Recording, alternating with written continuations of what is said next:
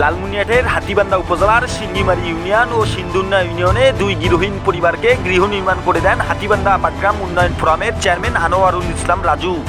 গৃহহীন পরিবারগুলো ঘর পেয়ে অনেক খুশি ও আনন্দিত হয়েছে। ঘর পাই নাই, কষ্ট হয়ে ভাঙা ঘরে আসলাম। দোয়া বলবো, দোয়া করবো, বাবার কাছে দোয়া করবো। বাবা আগে ছিলাম একটা ভাঙা ঘরে, আমার চাচার জায়গা নাই, পরে এই পাশে জায়গা একটু আমার মা নিয়ে দিছে। আমার মা নিয়ে দেওয়ার পরে বাড়ি করতে পারিনি, টাকা নাই, আমার স্বামী মারা গেছে।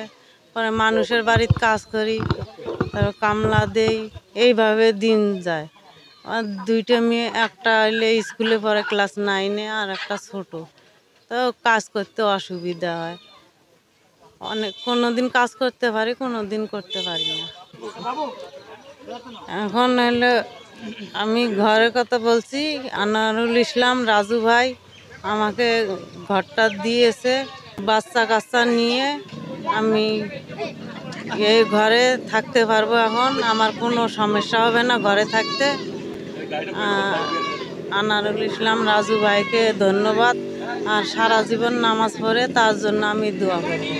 এ সময় উপস্থিত ছিলেন হাতীবান্ধা উপজেলার জামাতের আমির প্রফেসর হাসান আলী, হাতীবান্ধা উপজেলার কর্ম পরিষদ সদস্য শহীদুজ্জামান নিরু, টংভাঙা ইউনিয়নের সাবেক চেয়ারম্যান হাবিবুর রহমান ছাতা, সাবেক শিবিরের সভাপতি জাহাঙ্গীর আলম আদম সহ বিভিন্ন পর্যায়ের নেতৃবৃন্দ। বিসমিল্লাহির রহমানির রহিম।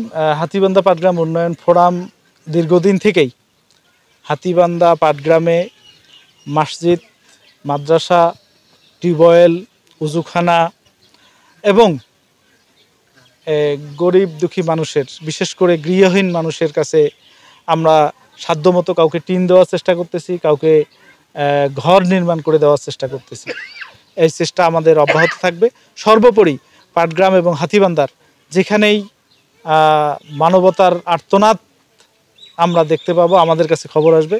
আমরা ব্যক্তি পর্যায়ে আমাদের যতটুকু শক্তি সামর্থ্য আছে, আমরা আপনাদের সহযোগিতা নিয়ে আমরা তাদের পাশে দাঁড়ানোর চেষ্টা করব ইনশাআল্লাহ।